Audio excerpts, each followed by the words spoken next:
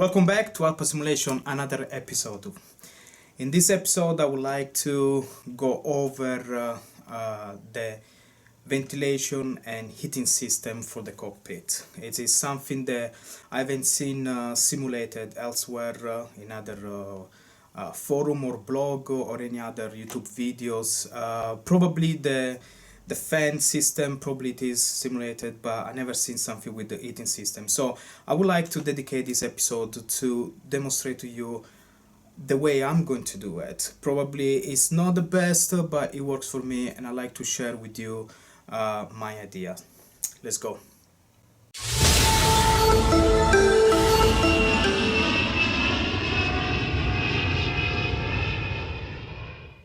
Okay, so as you know, in the cockpit there are obviously some recirculation fan, and if you ever fly to your Microsoft Flight Simulator, Prepare 3D or PMDG 737, when you turn on those recirculation fan and the packs are also on, you will hear the fan going zzz, and that's actually what really happened in the cockpit.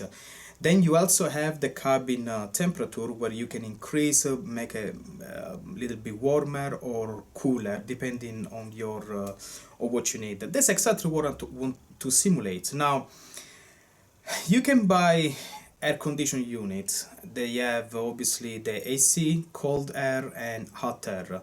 But we're talking about something huge or big or expensive, not something that you really want to put in your cockpit.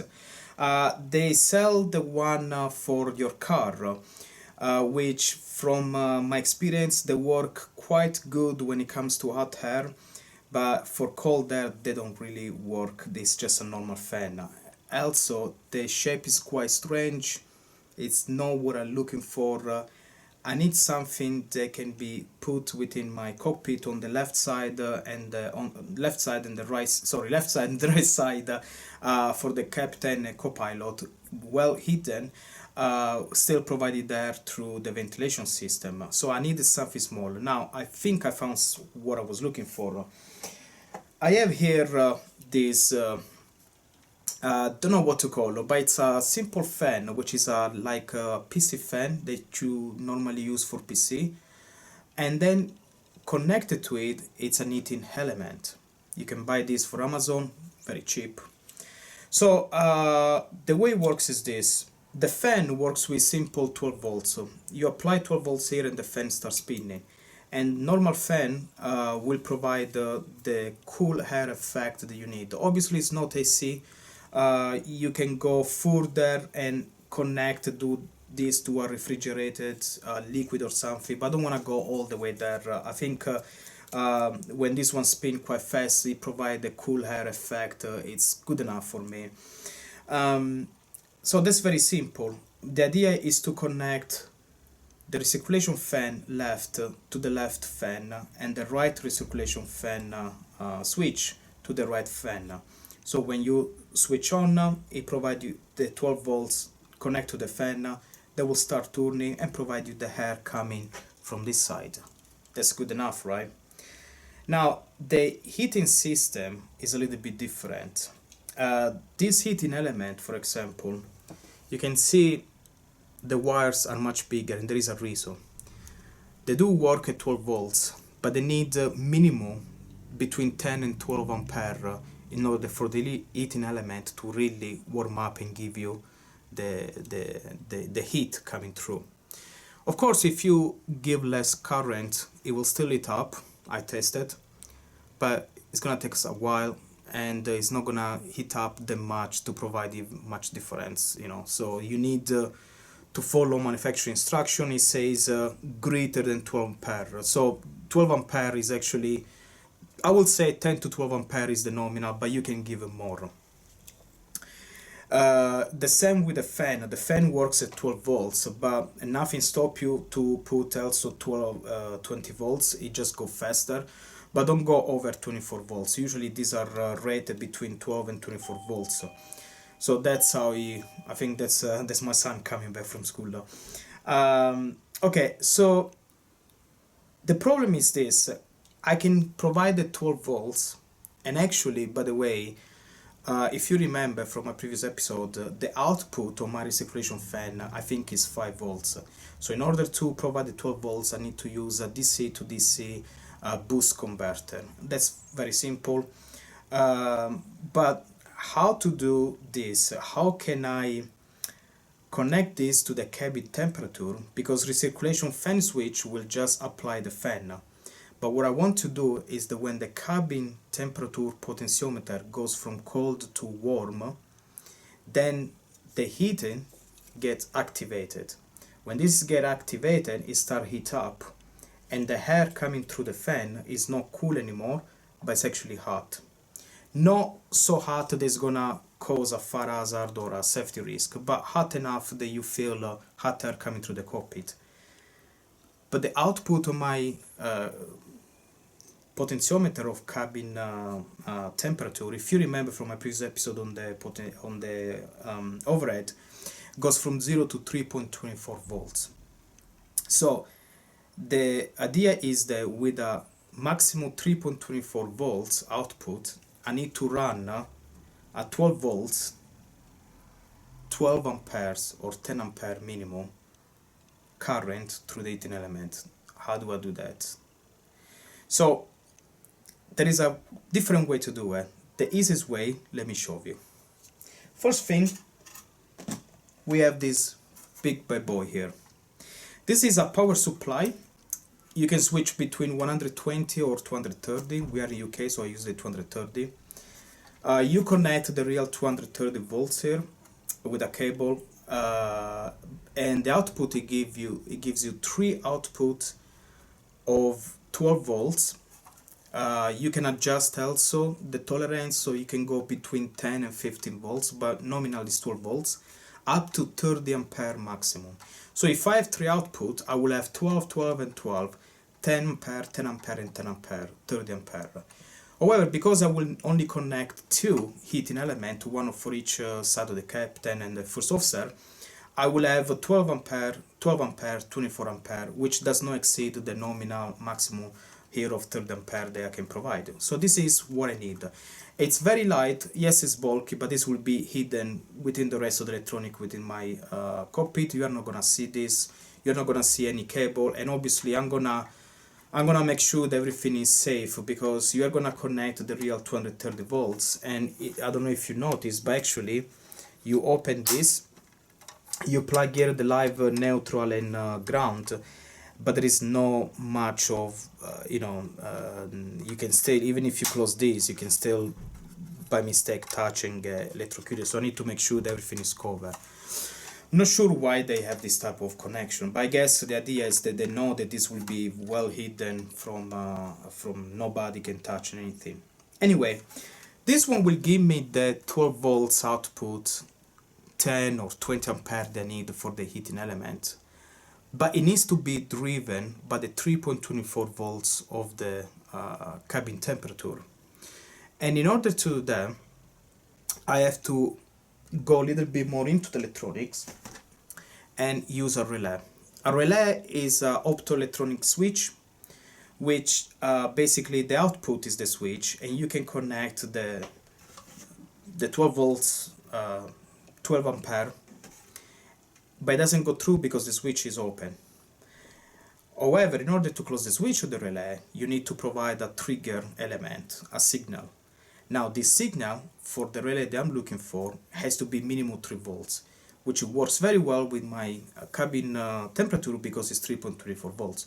So what it means is that when the cabin temperature is 0, the relay is off, the switch is off, the 12 volts is not 12 ampere doesn't go through the heating element. But as I move my cabin temperature and it reach 3 volts, and then I even increase more, 3.24 volts, that's the signal, the trigger, the relay, the switch close, 12 volts, 12 ampere goes to the heating element and gives me the heating effect. And the fan, obviously from the recirculation fan, it's on, so I'm having now hot air coming through. If it gets too hot, all I need to do is to reduce the cabin temperature. It will go below 3 volts, the switch open, the heating element stop. I will still have the fan running through, cool element, because now the heating element is off, and now the air cooled down and is giving me cool air. If I want to stop the air, I just put the recirculation fan off. Okay, so there are two independent circuits, but that's the best and easiest way for me to connect a 3.24 volt signal to drive a 12 volts 12 ampere minimum heating element. Let me show you on paper. I think it will be much easier. Okay, this is my cockpit air conditioning diagram. When I do this, I always like to do some sort of very fast top level schematic diagram, at least to give me an idea what I would like to do. So first of all, let's start with the easy part. We have the recirculation fan, the switch. This can be left and right. There will be one for each. This will provide, when it's on, will provide a 12 volts, which will turn on the fan, and you have cool air coming through. Possibly, I'm thinking to put a DC to DC booster to go. Actually, I do need one because the recirculation fan is giving me 5 volts, so I need to step up to 12 volts, but I could also step up to 24 volts. This one will go much faster, and the air will be even cooler, and it also give you the sound effect like when you are in the plane, you hear this when you turn on the air. So that's quite a good effect. So that's pretty easy, straightforward. Now for the relay system represented by this, the relay first of all needs an input voltage to turn on. It could be 5 volts or I think 12 volts or even 24, but 5 volts. I'm thinking to use a simple USB 5 volts, which I have a lot of output, so I can take one USB, connect, and that will give me the power. At the same times, we have the big power supplies, 20 or 30 volts coming through, give me 12 volts, maximum 30 ampere. Go to the switch, which is normally open, because the relay can have two switches. One is normally open, one is normally closed. I will use the normal open switch. Goes to the heating element and go back to the circuit. So the way it works is the cab temperature knob, it will be 0 volts. There is 0 volts coming through the 3D signal. There is nothing happening, the switch is open. When I turn this clockwise, goes to 3 volts, 3.24 volts maximum. The signal goes through. The signal provides a trigger. The relay automatically close the switch. So we have current passing through. The heating element heat up, and the fan, which is still running through, will start to inject hot air in the cockpit. The same system will be for the first officer, so I replicate the same, one for the captain, one for the first officer. Now the trigger signal can also be higher. The 324 can be 5 volts, 10 volts, but in reality what's important is you have the minimum trigger to close the switch. So there's no point in having 5 or 12 or 10 volts, nothing change. The important is that you control the on and off switch coming from here. If you wanna go over, if you wanna increase this, then you also need a DC to DC booster here to go from 324 to, for example, 5 and so forth. There is other way of actually increase or decrease the heating by increasing or decrease the cap temperature. Now in this case I call it's a simple schematic, because you go from logic 0 to, let's say, logic 1, signal 3 goes and the heating element goes on, but it will still give you 12 volts. If you want to simulate that the heating element start very low and then increase in temperature as you increase the cabin temperature, there are other ways to do it, but there's no reason, I think, to make it very difficult. Also because how many times you are actually gonna use this. If you believe the space of the cockpit is not a lot of space, and obviously you will have an heating element on the left and one on the right. So when you turn this on and you will have hot air coming through, it will take literally a couple of minutes to warm up the cockpit. So you don't need to have this for long. You don't need this to increase or decrease. That will work enough. That's how you can control high current, low voltage with a simple 3.24 volts trigger. There are other way of doing it, but the relay is the most stable and is very easy in terms of voltage that you're using. That's fine. Another method you can also do, you can obviously connect this in a way that when you go for 3.24, you're having an heating element, they heat up, okay, that's for warmer temperature. When you reduce and you go towards the zero, you can have this signal trigger on the same relay, but you have then, instead of the normally open, you have the normally closed, which works basically opposite, and that one will, for example, be connected to a refrigeration system or liquid. So basically you are having a real cold air coming through.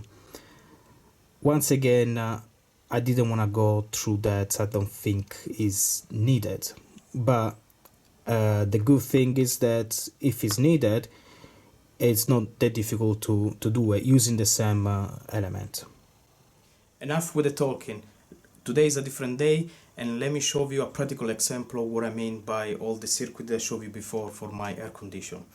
Now, please be careful, because I know that a lot of you already are versatile when it comes to some electrical connection, but we are dealing here with some 230 volts. So 230 volts. So if you have to replicate this in your house, make sure that you know what you're doing, or at least ask somebody to help you. Okay, my background is electronic engineering, so despite the mess that you see here, I know exactly what I'm doing now. So what we have here, I connected exactly as it should be. This switch that you see here, this simulates the recirculation fan, one of the two, left or right. So this one, when it's on, will just activate the fan. Then I have my relay module here. I cannot move it too much because there are all the connection, the cables connected here. And then I have obviously the module here. Now what you will see is that when I switch that on, the fan will be activated, and it's just blow air, just cold air, cool air. And then when I activate my trigger, which is simulated by this, so imagine this is the knob that will, potentiometer that will turn on. I simulate this by connecting the 5 volts, and then it will give me the trigger point on, so the heater will go on. I have here measurement device for the temperature, so we can see exactly what the temperature is coming through. I already tested the temperature that doesn't go that high in order to make a safety risk in terms of fire and so forth, and I tested for quite 10 minutes. It stabilizes at a certain point, so it should be okay. So let's give some power.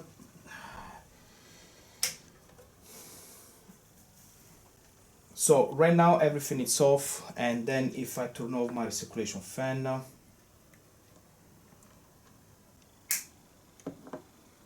the fan will start. At the moment the heater is off. I have some air coming through just to check.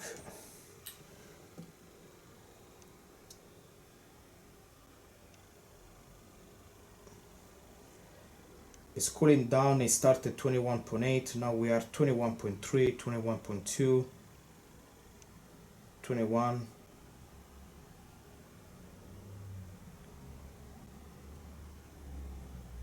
$20.8.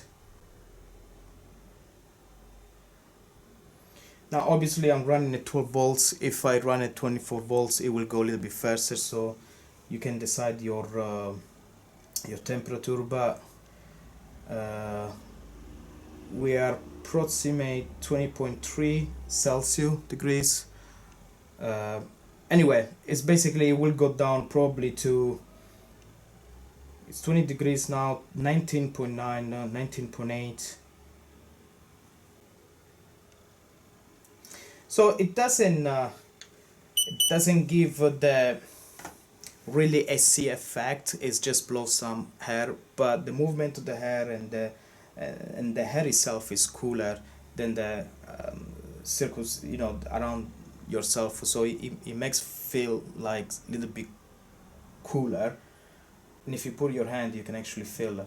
Now, let's suppose that it's very cold and I want to turn on the heater, so I will go and I will put my knob all the way to the on. So I simulate this by connecting this. Always be careful. The tick that you heard was actually the relay that was ticking on and off until I actually make a stable connection. So as you can see, as soon as I connect, it's drawing 0.2 amperes of current. It's going through the big 12 volts 30 ampere maximum power supplies. Now you don't see it, but the heater is on, very silent. The fan is blowing air, but the air is coming through is now warmer. So let's have a look at the warm. We left before it was close to 19 something. Now we have 49, 50 degrees, 51, 52, 54, 56.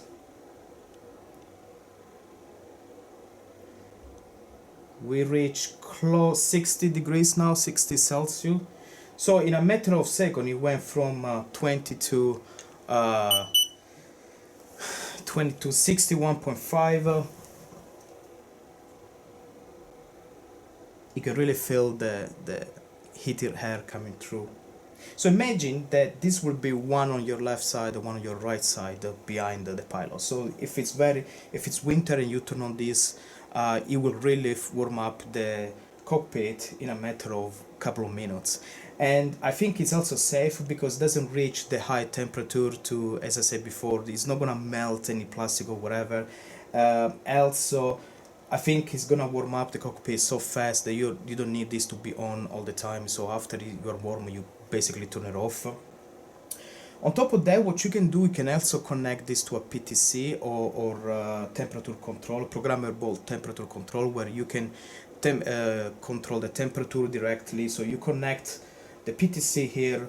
If you establish, for example, you want 35 degrees in the cockpit, the PTC will turn on this on and off until you reach the 35. So it works like an automatic system for you if you want to go to the extra mile, and it's very easy to do it.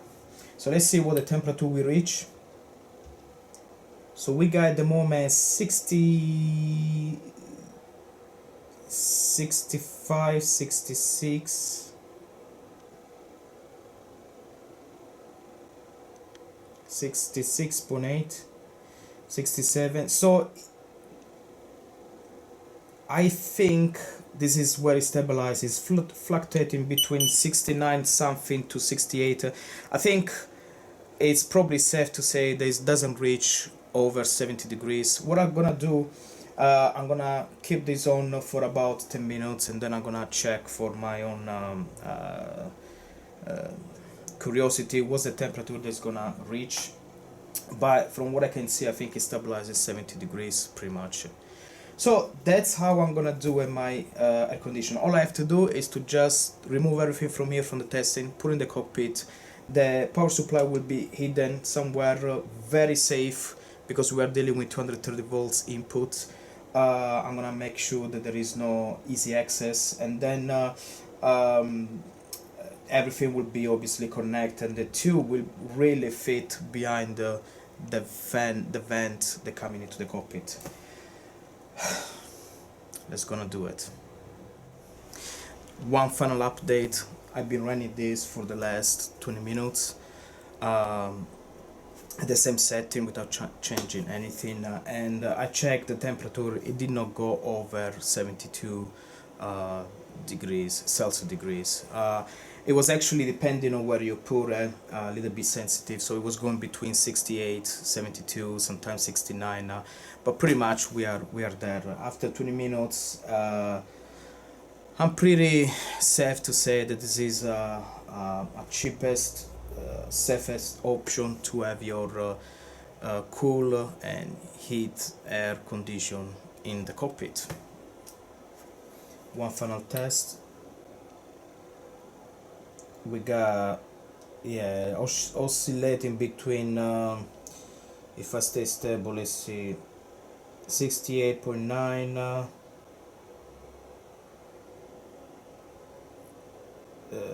70 something, yeah.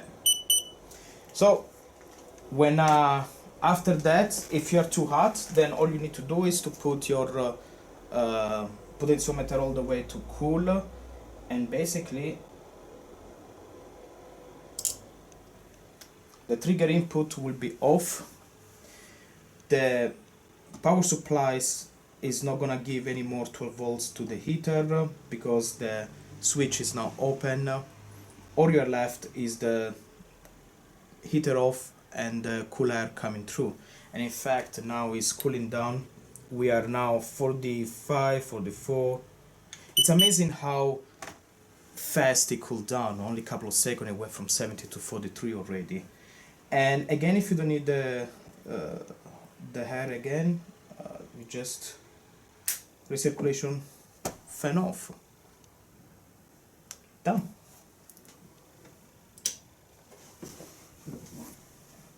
Back in the simulator, it is time to assemble all the air condition unit that I created. So the idea is to remove the four screw, remove this piece, and I can have access inside, attach my air condition unit, rent some cables.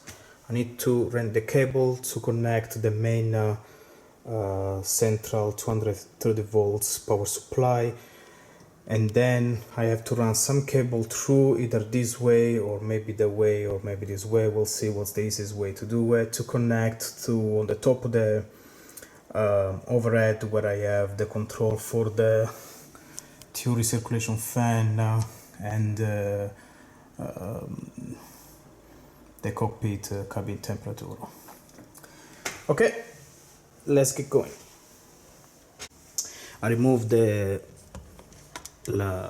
grata. I don't know how to call in English this one, but it's anyway, he was there. For example, I managed to attach my AC heater and fan with two bolted nuts.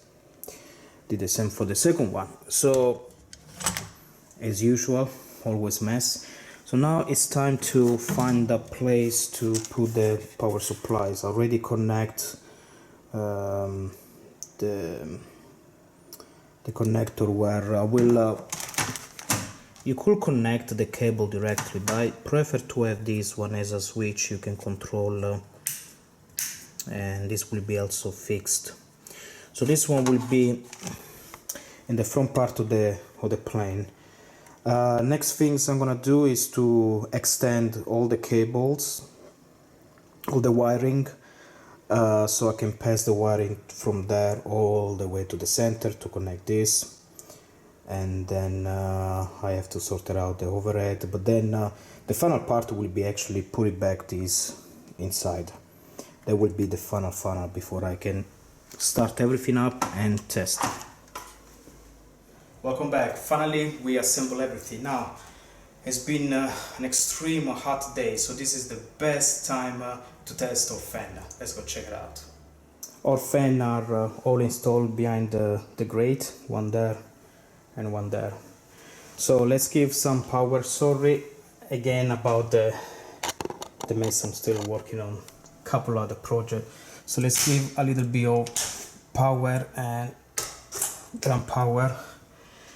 So I'm gonna be quiet now. I'll let the rest do the talking.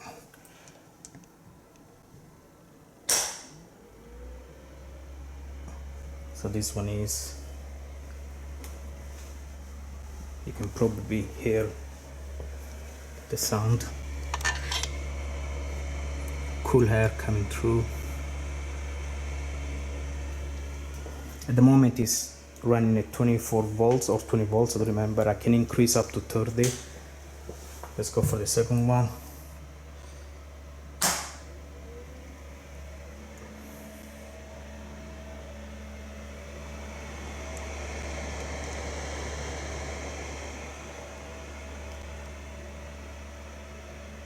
everything is on, so you can hear the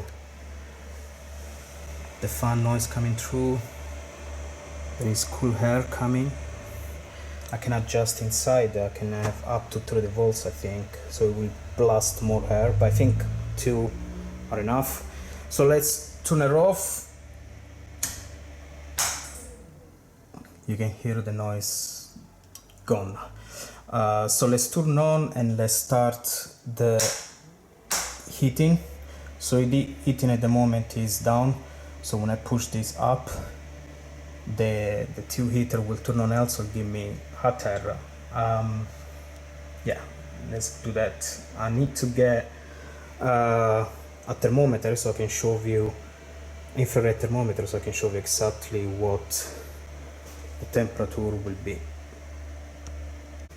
Okay, I got myself thermometer, so let's turn on. And now we should see some temperature coming through, heating up. Let's see, 24, 28, 30. I need to get the place where the air is coming through.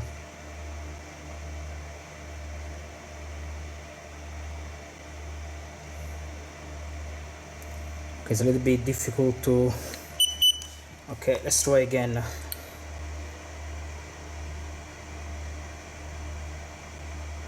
33,